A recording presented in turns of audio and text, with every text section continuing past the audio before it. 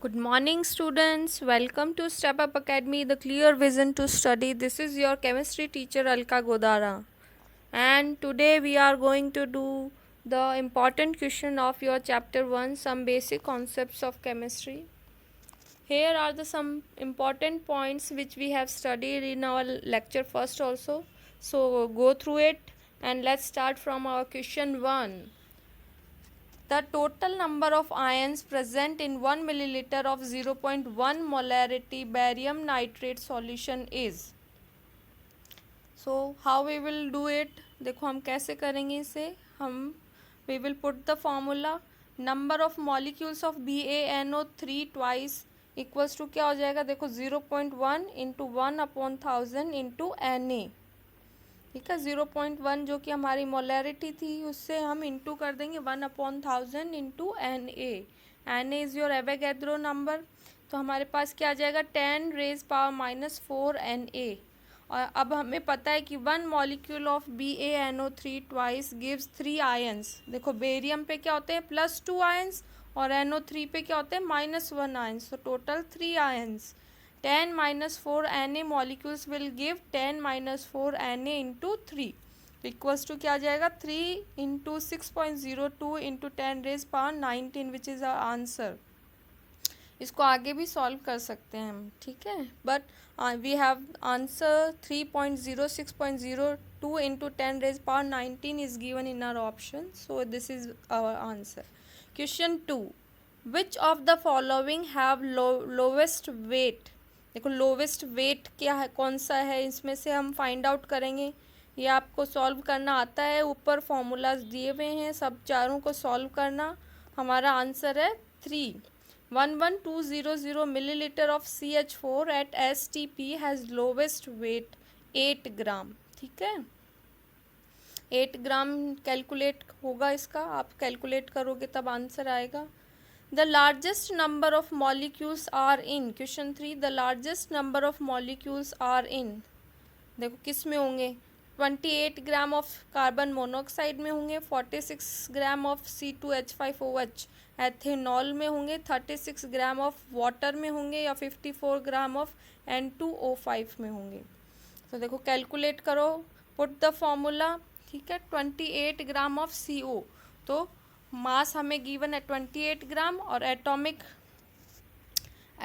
मास जो हो जाएगा हम कैलकुलेट करेंगे. कार्बन का 12 प्लस ऑक्सीजन का 16 28 हो जाएगा. तो 28/28 इंटू Na. तो हमारे पास Na एवोगैड्रो नंबर जो होता है वो आंसर आ जाएगा. 46 ग्राम ऑफ एथेनॉल में देखो 46 ग्राम मास है अपॉन इसका जो हम मॉलिकुलर वेट कैलकुलेट करेंगे तो 46 ही आएगा इंटू Na. तो इसका भी आंसर Na आया. 36 ग्राम ऑफ H2O. तो 36 ग्राम मास हो गया अपॉन जो मॉलिकुलर वेट है 18 कैलकुलेट करेंगे जब इंटू Na. तो हमारे पास क्या आया 2Na. 54 gram of N2O5.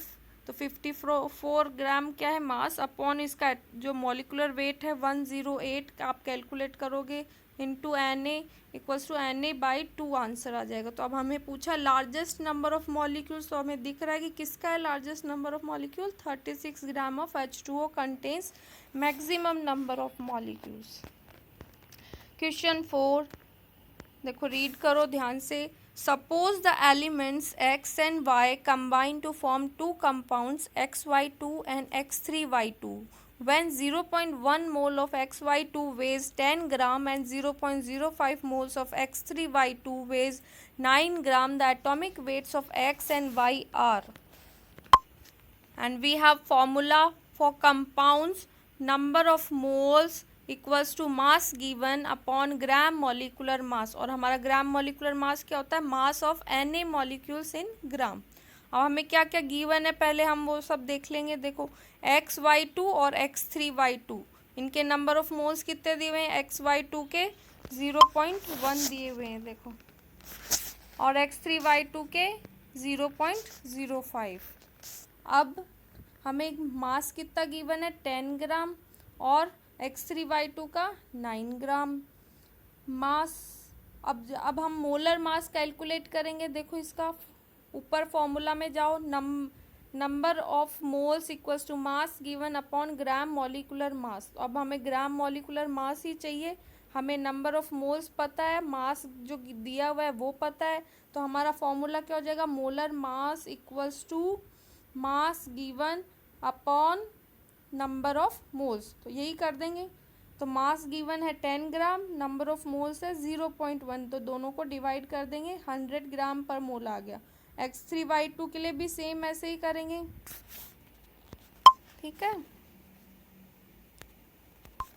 देखो अब X3Y2 के लिए भी क्या आ जाएगा, ऐसे ही molar mass equals to number of given mass upon number of moles. तो हमारे पास क्या आ गया, 180 ग्राम पर मोल, ठीक है।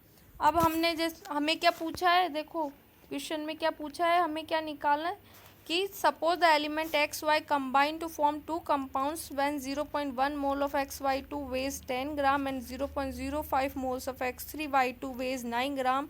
The atomic weights of X and Y are, तो X और Y के हमें क्या निकालने हैं, एटॉमिक वेट निकालने। और एटॉमिक वेट कब निकालेंगे, जब हमें इनका पता होगा भी कौन से कंपाउंड। तो कैसे फाइंड आउट करेंगे, चलो इनको क्या मान लेते हैं हम, X और Y मान लेते हैं। XY2 को क्या मान लिया हमने, X जो कंपाउंड है उसको X मान लिया, और Y जो यहाँ का आपका जो एटम है उसको हमने Y मान लिया। तो देखो मानने पर क्या हुआ, अब देखो अगर हम एटॉमिक वेट कैसे निकालते हैं कि भी X का जो मास है, जो एटॉमिक वेट है, प्लस जो Y का एटॉमिक वेट होगा, Y 2 है तो मल्टीप्लाई बाय 2 हो जाएगा। तो इससे हमारा क्या फॉर्मूला बना, X + 2Y इक्वल्स टू 100 हमारे पास सॉल्यूशन निकाला हमने। X3Y2 इसी तरह, तो X3 है तो 3 multiply by X plus 2Y है तो 2 multiply by Y equals to 180, ठीक है। अब देखो ये हमारे पास दो इक्वेशन हो गई।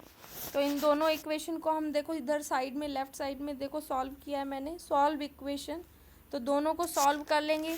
अब देखो दोनों को इक्वल कर लेंगे, X + 2Y था उसको में, अब मुझे दोनों तरफ एक डिजिट सेम चाहिए, इसके लिए मैं क्या कर लूँगी, इसको 3 से मल्टीप्लाई कर दूँगी। X + 2Y इक्वल्स टू 100 को 3 से मैंने मल्टीप्लाई कर दिया, तो मेरे पास क्या वैल्यू आ गई, 3X + 6Y इक्वल्स टू 300। अब दोनों इक्वेशन मैंने इक्वल कर ली। देखो 3X से 3X कट गया, और 6Y में से 2Y गए तो 4Y बच गए, इक्वल्स टू माइनस के 120, ठीक है। माइनस माइनस कट हो गया, तो 4Y इक्वल्स टू 120, तो Y इक्वल्स टू क्या हो जाएगा, 120 बाय डिवाइड बाय 4। तो हमारे पास Y की वैल्यू क्या आ गई, 30। अब हम क्या कर देंगे, Y की वैल्यू किसी भी एक इक्वेशन में पुट कर दो, X + 2Y वाले में पुट कर दो चाहे, तो पुट करके देखो, तो X + 30 इक्वल्स टू क्या आ जाएगा, 100, और यही फिर इसी को सॉल्व करेंगे फर्दर, तो हमारे पास X की वैल्यू आ जाएगी क्या, 40। X की वैल्यू है 40 और Y की वैल्यू है 30, यही हमारा आंसर है। क्वेश्चन 5 देखो, dissolving 120 gram of a compound of molecular weight 60 in 1000 gram of water gave a solution of density 1.12 gram पर मिलीलीटर।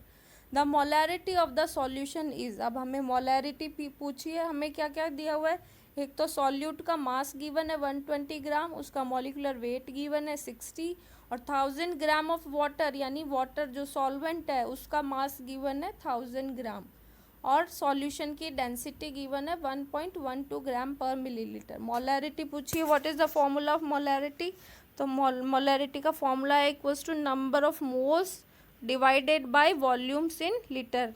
तो मोलैरिटी की डेफिनेशन आपको याद ही है कि 1 लीटर वॉल्यूम के सॉल्यूशन में जितने number of moles of solute present होगा, दैट इज़ योर मोलैरिटी। अब देखो हमें क्या गिवन है, डेंसिटी 1.12 ग्राम पर मिलीलीटर। डेंसिटी का क्या फॉर्मूला होता है, मास अपॉन वॉल्यूम।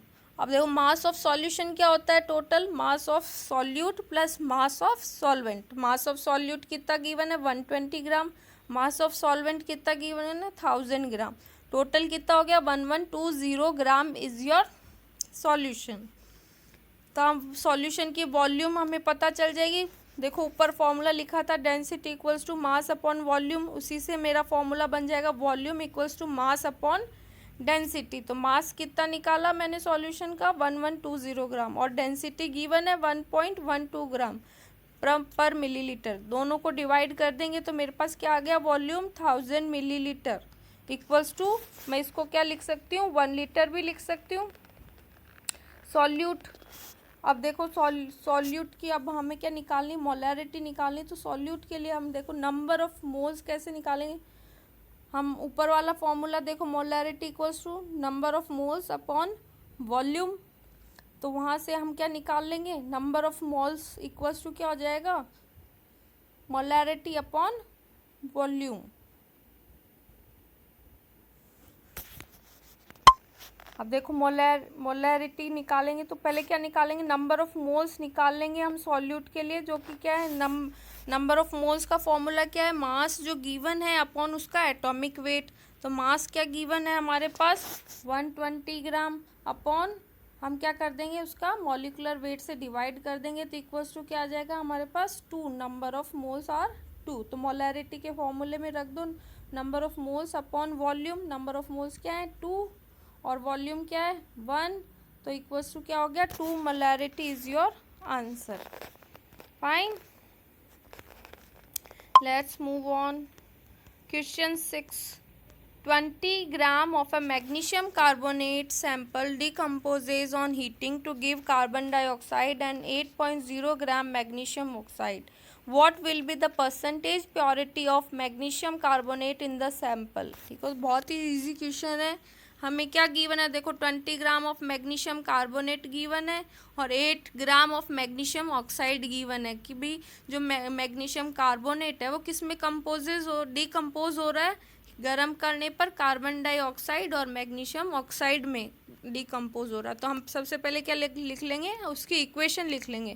तो write down the equation, MgCO3 decomposes into equals to magnesium oxide plus carbon dioxide. Magnesium carbonate की वैल्यू गिव आप मैग्नीशियम कार्बोनेट का जब हम क्या निकालेंगे, देखो मैग्नीशियम कार्बोनेट का यहाँ एटॉमिक वेट निकालेंगे। देखो Mg क्या होता है 24 प्लस कार्बन 12 प्लस ऑक्सीजन 3 है, तो 16 इंटू 3 कर देंगे, टोटल क्या आ गया हमारे पास एटॉम मॉलिकुलर वेट 84। इसी तरह मैग्नीशियम ऑक्साइड का क्या आ गया 40। तो अब आ जाओ इधर नीचे कि भाई हमें मैग्नीशियम कार्बोनेट कितना गिवन है 84 ग्राम पर मोल, और मैग्नीशियम ऑक्साइड कितना है 40 ग्राम पर मोल, यानी 84 ग्राम पर मोल मैग्नीशियम कार्बोनेट कितने में 40 ग्राम पर मोल मैग्नीशियम ऑक्साइड में डिकम्पोज हो रहा है। तो 40 gram of magnesium oxide is obtained from 84 gram of MgCO3। तो 8 ग्राम ऑफ Mg के लिए पूछा है हमें, तो 8 gram of magnesium oxide will obtain from, तो क्या हो जाएगा 84 divided by 40 into 8 gram of MgCO3। तो हमारे पास आंसर आ जाएगा 16.8 ग्राम MgCO3। ठीक है, तो 16.8 ग्राम MgCO3 हमें किससे मिल रहा है, 8 ग्राम MgO से हमें 16.8 ग्राम MgCO3 मिल रहा है। और हमें पूछा क्या है, percentage purity of magnesium carbonate, percentage purity पूछा है मैग्नीशियम कार्बोनेट का, और मैग्नीशियम कार्बोनेट कितना है सॉल्यूशन में 16.8 है, और टोटल सॉल्यूशन कितने का है 20 ग्राम का है। तो डिवाइड कर दो 16.8 अपॉन 20 और इंटू 100 कर देंगे, परसेंटेज प्योरिटी निकालनी है। ठीक है, सॉल्यूशन हमें 20 ग्राम ऑफ मैग्नीशियम कार्बोनेट दिया है, और हमने सॉल्यूशन में निकाला है कि जो 8 ग्राम के लिए कितना मिलता है 16.8 ग्राम मैग्नीशियम कार्बोनेट चाहिए 8 ग्राम डिकम्पोज होने के लिए। तो परसेंटेज प्योरिटी निकाल देंगे 16.8 अपॉन 20 इंटू 100, तो हमारे पास आ जाएगा 84% इज़ योर परसेंटेज प्योरिटी। और उसमें इम्प्योरिटी कितनी है फिर, तो 20 माइनस 16.8 कर देंगे, तो रेस्ट इज़ योर इम्प्योरिटी। और अगर इम्प्योरिटी परसेंटेज पूछे तो आप कर दोगे कि भी 20 minus 16.8 upon 20 into 100, that will be your impurity percentage. ठीक है, तो बहुत ही इजी क्वेश्चन था। Just move on next question 7, 1 gram of carbonate M2CO3 on treatment with excess HCl produces 0.01186 mole of CO2. The molar mass of M2CO3 इन ग्राम पर mole is. देखो 1 ग्राम जो carbonate है M2CO3 एक कोई कार्बोनेट है, ट्रीटमेंट विद एक्सेस HCl, ज़्यादा HCl से treat करने पर क्या होता है, ये क्या प्रोड्यूस करता है कि 0.01186 मोल ऑफ CO2 देता है, और इसका मोलर मास ऑफ M2CO3 इन ग्राम मोल पर मोल हमें क्या करना है, कैलकुलेट करना है। तो सबसे पहले हम इक्वेशन लिख लेंगे, M2CO3 plus 2HCl equals to giving 2MCl plus H2O plus CO2। तो फॉर अ कंपाउंड हमें पता है number of moles equals to क्या होता है, given mass upon molar mass, है ना। तो स्टेप बाय स्टेप करेंगे। देखो सबसे पहले क्या करेंगे, to calculate number of moles of M2CO3 reacted, कि भी कितने नंबर ऑफ मोल्स उसके रिएक्ट हुए इक्वेशन में। तो सबसे पहले वो कैलकुलेट करेंगे। देखो इक्वेशन को देख के लिखेंगे सबसे पहले कि जो 1 मोल ऑफ M2CO3 है वो 2 मोल्स ऑफ HCl से ऐड हो रहा है, और क्या दे रहा है, 2 moles of MCl plus 1 mole of H2O दे रहा है। तो 1 mole of CO2 equals to given by 1 mole of M2CO3, कि भाई 1 मोल M2CO3 के द्वारा ही 1 मोल CO2 बन रहा है। तो 0.01186 मोल ऑफ CO2 द्वारा CO2 कैसे बना, 0.01186 मोल ऑफ M2CO3 होगा, जब भी तो 0.01186 मोल ऑफ CO2 बनेगा। तो देखो मोलर मास इक्वल्स टू क्या हो जाएगा, फिर हमारा जो फॉर्मूला है उसके अकॉर्डिंग भी मोलर मास इक्वल्स टू 1/0.01186 कर देंगे according to our formula. Number of moles equals to given mass upon molar mass. अभी हमें मोलर मास निकालना है, तो मोलर मास इधर आ जाएगा और given mass upon number of moles नीचे लिख लेंगे। तो गिवन मास हमें पता है 1 ग्राम, और मोलर मास हमारा कितना है, हमने 0.01186 इक्वेशन को देख के इजीली कैलकुलेट कर लिया, and our answer is 84.3 gram पर मोल। ठीक है। Question 8, the total number of electrons in 18 millilitre of water is. देखो very easy question. The total number of electron in 18 millilitre of water, है ना, 18 millilitre water में कितने number of electrons present है। Density given है 1 ग्राम पर millilitre.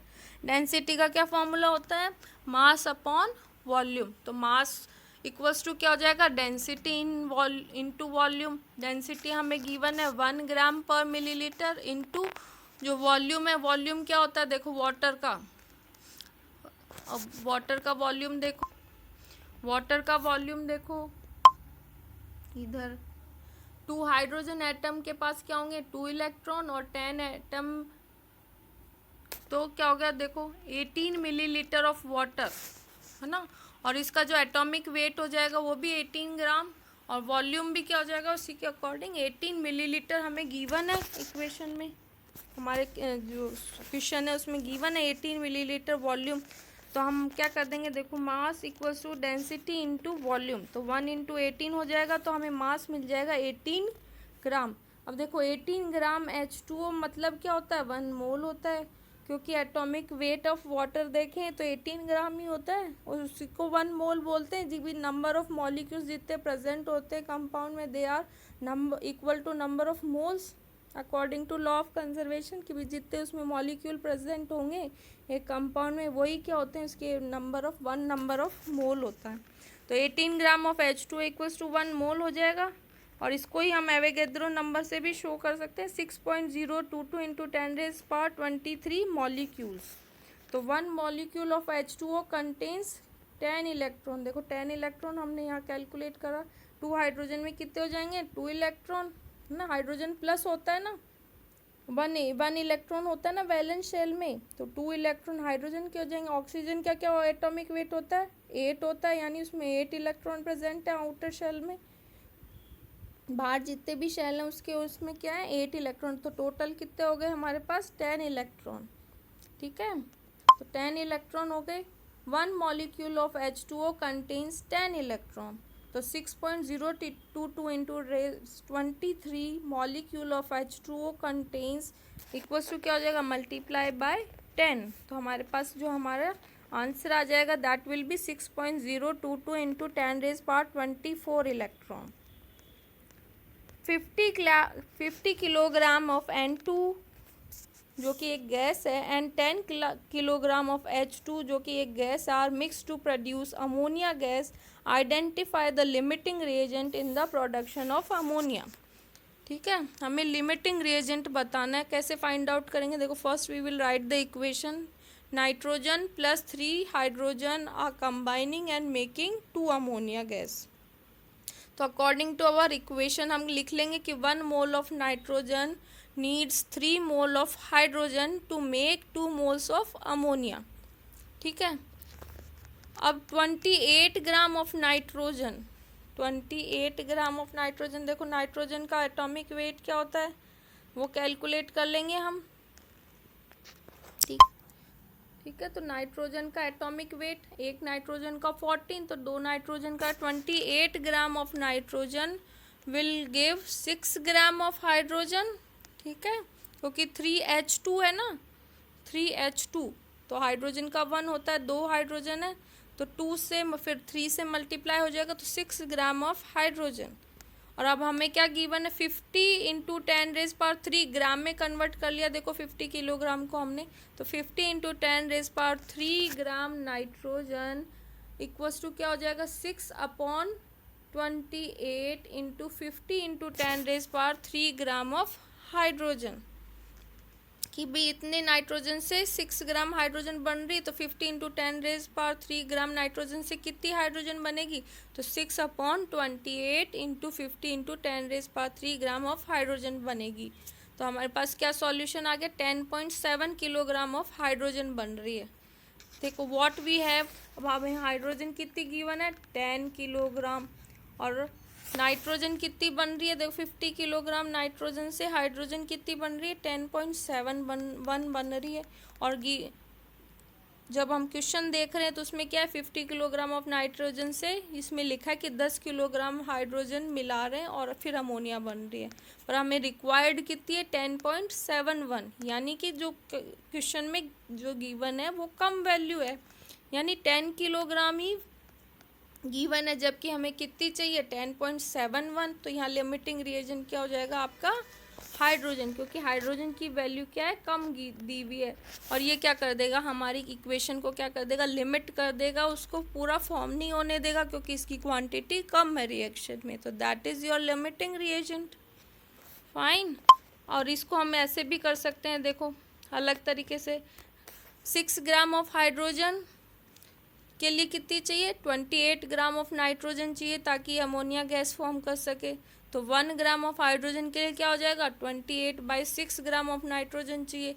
तो उसी तरह जैसे क्वेश्चन में गिवन है 10 इंटू 10⁻3 ग्राम, किलोग्राम को ग्राम में कन्वर्ट कर लिया, तो हाइड्रोजन 10 इंटू 10⁻3 ग्राम हाइड्रोजन के लिए कितनी नाइट्रोजन चाहिएगी? तो 28/6 इंटू 10 इंटू 10⁻3 ग्राम नाइट्रोजन चाहिएगी।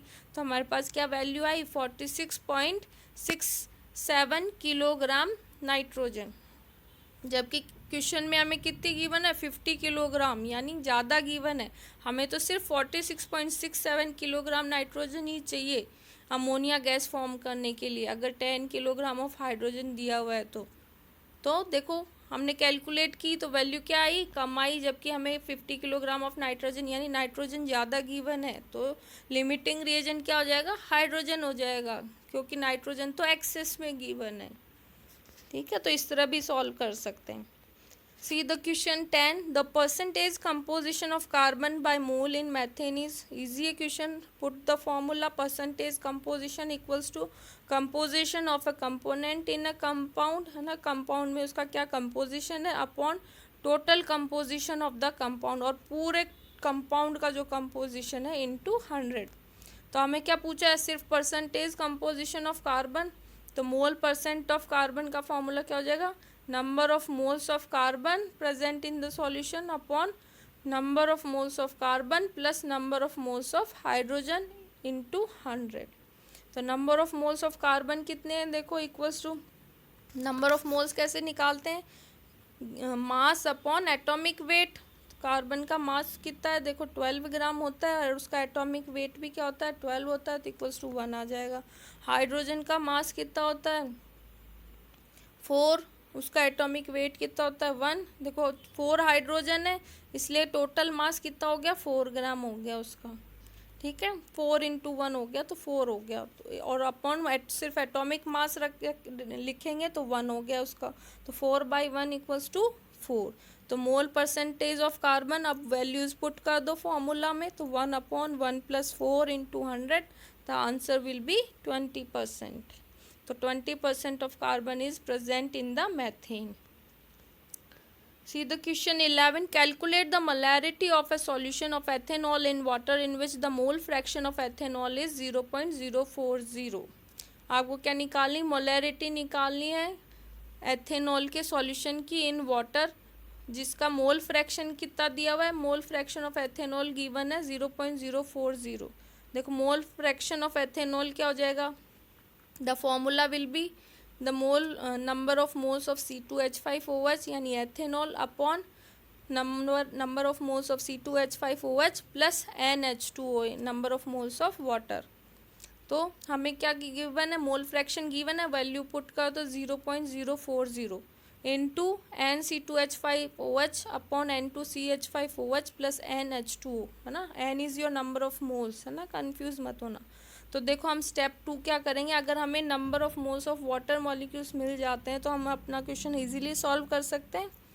तो number of moles of water देखो क्या आ जाएगा, 55.55 आएगा। कैसे आएगा, देखो साइड, देखो फिर number of moles of water कैसे कैलकुलेट करेंगे, इधर देखो। तो डेंसिटी क्या होती है, 1 ग्राम पर मिलीलीटर होती है वाटर की, और वॉल्यूम क्या हमें पता ही है मोलैरिटी के अकॉर्डिंग 1 लीटर सॉल्यूशन, तो 1000 मिलीलीटर भी लिख सकते हैं क्योंकि डिजिट हमारे पास मिलीलीटर का है डेंसिटी में। तो D इक्वल्स टू m/v, तो m/v करेंगे यानी m/v करेंगे, तो डेंसिटी 1 ग्राम है, वॉल्यूम 1000 मिलीलीटर है, तो मास कितना हो जाएगा, 1 × 1000 हो जाएगा। तो 1000 ग्राम इज योर मास। देखो NH2 number of moles of H2O क्या हो जाएंगे, फिर मास, गिवन मास अपॉन उसका एटॉमिक वेट।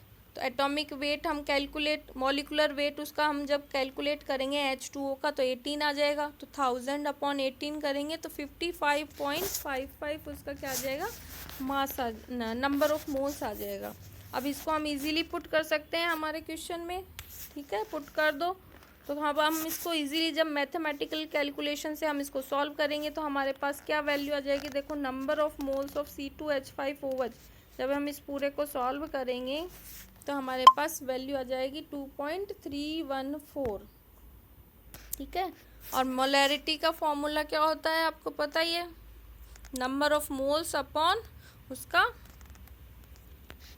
ठीक है, molarity equals to number of moles upon volume. तो नंबर ऑफ मोल्स 2.314 आ गया हमारा, upon volume 1 litre equals to, तो हमारी मोलैरिटी की वैल्यू क्या आ गई, 2m, ठीक है। You also right here 2m, it is your answer, okay. Now last question, carbon and oxygen are known to form two compounds. The carbon content in one of these is 42.9% while in other it is 27.3%. Show that this data is in agreement with these laws. तो in law में से किसके साथ ये compare कर रहा है, ये किसके साथ एग्रीमेंट कर रहा है, वो हमें फाइंड आउट करना है। अब हमें देखने से तो पता चल रहा है कि है ना, ये क्या कर रहा है, oxygen are known to form 2 compound, यानी एक से ज़्यादा कंपाउंड फॉर्म कर रहा है। तो ये किस में होता है, कौन से लॉ में होता है, लॉ ऑफ मल्टीपल प्रोपोर्शंस में होता है ना। लॉ ऑफ डेफिनेट प्रोपोर्शन क्या करता है कि डेफिनेट एटम ही कंबाइन होके डेफिनेट मास, मतलब उनका पर्टिकुलर मास होगा तभी एक कंपाउंड फॉर्म कर रहे हैं। जैसे कि H2 है तो H2 2 हाइड्रोजन और 1 ऑक्सीजन कंबाइन होकर एक H2O मॉलिक्यूल फॉर्म करेंगे, यानी एक ही मॉलिक्यूल फॉर्म करेंगे। That is your definite proportion, particular mass पे particular atom form molecule form होगा।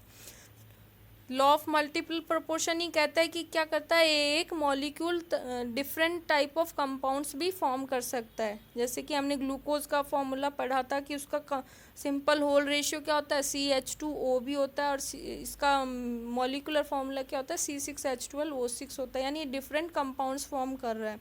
तो that is your law of multiple proportions. तो देखो पहले हम इसको सॉल्व करेंगे, फिर इसको डिफाइन करेंगे। परसेंट ऑफ कार्बन कितना गिवन है और परसेंट ऑफ ऑक्सीजन कितना गिवन है, इसमें दो में डिवाइड कर लेंगे। देखो फर्स्ट सिचुएशन में हमें क्या दे रखा है कि फर्स्ट ऑक्साइड तो क्या हो रहा है 42.9%, 42 देखो फर्स्ट ऑक्साइड अगर हम फर्स्ट ऑक्साइड कैलकुलेट, हमें परसेंट ऑफ कार्बन गिवन है 42.9% कार्बन कंटेंट है, तो ऑक्सीजन कंटेंट कितना हो जाएगा, 100 माइनस कर दें 42.9, तो फर्स्ट ऑक्साइड हमारे पास क्या आ जाएगा 57.1%। इसी तरह दूसरे कंपाउंड में कार्बन कंटेंट कितना है 27.3, तो अगर इसको हम 100 से माइनस कर देंगे तो कितना आ जाएगा, ऑक्सीजन का कंटेंट हमारे पास आ जाएगा 72.7%। तो फर्स्ट ऑक्साइड में अगर हम देखें तो 57.1 parts by mass of oxygen combines with 42.9 parts by mass of carbon. तो first part by mass of combine oxygen combines with 42.9 divided by 57.1, तो ये हमारे पास क्या आ जाएगा, parts by mass of carbon आ जाएगा दोनों को डिवाइड करने पर, कि भाई इतना part of mass of carbon divided है उसमें। और इसी तरह सेकंड ऑक्साइड का निकाल लेंगे, 72.7 parts by mass of oxygen combines with 27.3 parts by mass of carbon. तो इसी one parts by mass of oxygen से कितना कंबाइन हो रहा है पता कर लेंगे, 27.3 डिवाइडेड बाय 72.7, दोनों से डिवाइड कर देंगे तो हमें one particular mass of oxygen कितने कार्बन से कंबाइन हो रहा है, 0.376 मास ऑफ कार्बन से कंबाइन हो रहा है। तो अब हम इन दोनों का रेशियो निकाल दें तो हमें पता चल जाएगा। रेशियो निकाल लेने के लिए क्या करेंगे, दोनों को डिवाइड कर देंगे, 0.751 अपॉन 0.376, तो इक्वल्स टू क्या आ जाएगा हमारे पास 2:1 का रेशियो बन रहा है। देखो तो ये क्या कर रहा है, एक लॉ ऑफ मल्टीपल प्रोपोर्शन, यानी इससे दो कंपाउंड वाकई में फॉर्म हो रहे हैं, है ना। तो ये किस लॉ को फॉलो कर रहा है, लॉ ऑफ मल्टीपल प्रोपोर्शंस को फॉलो कर रहा है। Thank you, keep smiling, keep studying. अगर कोई क्वेश्चन समझ में नहीं आया तो प्लीज़ मुझे वापस रिप्लाई करना, so I can explain you more in more better way, okay, and keep working hard with me.